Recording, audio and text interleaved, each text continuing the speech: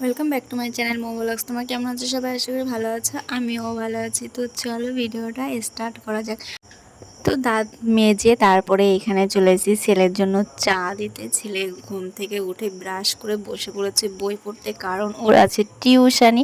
ও এখন টিউশানিতে যাবে, একটু তার জন্য বই পড়ে নিচ্ছে সকালবেলা উঠেই। তো ও ব্রাশ করা হয়ে গেছে, তারপর আমি চাটা দিয়ে দিলাম।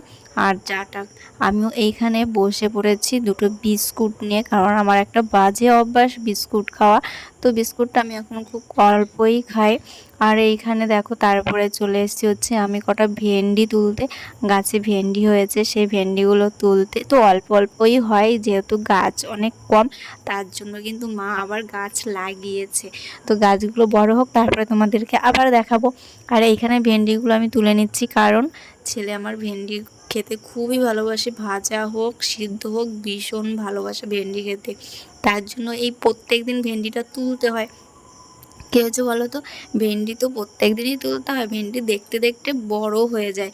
তার জন্য প্রত্যেক দিনের ভেন্ডি প্রত্যেক দিন তুলে নিতে হয়, নাহলে কী হয় বলো তো, বুড়ো হয়ে যায়। আর বুড়ো হলে সেটা খেতে ভালো লাগে না, আঁশ হয়ে যায় ভিতরে।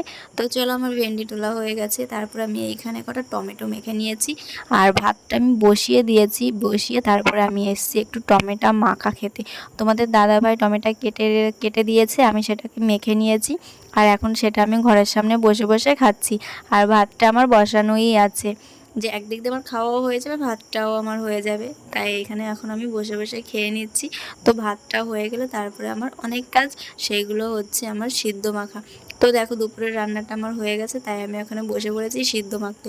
কারণ আমাদের বাড়িতে এখন সিদ্ধ পদে পদে হচ্ছে, ওইটা মাখতেও সময় লাগে, তাই মাখতে বসে গেছিলাম। আর তারপরে খাওয়া দাওয়া পরে আমরা দুপুরবেলা ঘুমিয়ে টুমিয়ে উঠেছি, তারপরে ছেলেও ঘুম থেকে উঠে পড়েছে। উঠে এখন বাইরে একটু ঝিরিঝিরি বৃষ্টি পড়ছে, ওকে বলছি বাবা বৃষ্টি পড়ছে, তুমি এখনও কোথাও যেও না। কিন্তু কে কার কথা শুনে, ওই যে ছোট খেলার অভ্যাস মাঠে, এখন যাবে হচ্ছে মাঠে আমাদের বাড়ির পাশেই, কিন্তু ও তাও যেতে সাইকেলটা লাগবে। ও সাইকেল চালাতে প্রচণ্ড পরিমাণে ভালোবাসে, তাই ও এখন সাইকেল নিয়েই যাবে পাশের মাঠে। তো সেইখানে বসে একটু খেলাধুলা করবে। আর বিকালবেলা আমি মানা করি না মানে খেলতে যেতে, কারণ কি বলো তো, আমার মনে হয় মোবাইলটা হাতে না দিয়ে খেলাধুলা করা অনেক ভালো। আর যেহেতু আমার আমার ছেলে একটু মোবাইলটা খুব কমই ধরে, কারণ আমি ওকে প্রচণ্ড পরিমাণে বকা দিই মোবাইল ধরার জন্য। ও যাতে মোবাইল থেকে দূরে থাকে সেই চেষ্টাই করি আমি সব সময়। আর এইখানে আমি একটু বলছিলাম যে বৃষ্টি পড়ছে, আর ছেলে কথা না শুনে চলে যাচ্ছে খেলা করতে।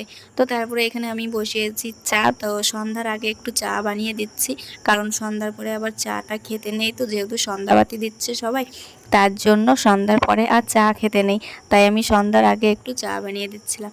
আর এইখানে দেখো আমার চোখের অ্যালার্জিটা কিন্তু কমেনি, তাই তোমাদেরকে আমি দেখাচ্ছিলাম। আর এইখানে দেখো আমার দোকানে কত চাল এনেছে, কত চাল এনেছে।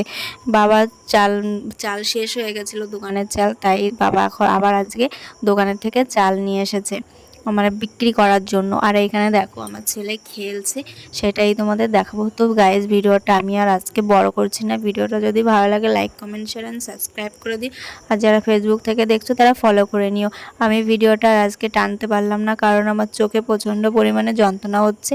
আর যেহেতু অ্যালার্জি উঠেছে, চোখটা আর প্রচণ্ড পরিমাণে চুলকাচ্ছে, মানে ভিতরটা ছিঁড়ে যাচ্ছে, এরকম একটা ব্যাপার। অ্যালার্জি যাদের আছে তারা তোমরা নিশ্চয়ই জানো যে কতটা চুলকায়। তো চলো গাইজ নেক্সট ভিডিওর জন্য অপেক্ষা করো। চলো টাটা, ভালো থেকো সুস্থ থেকো।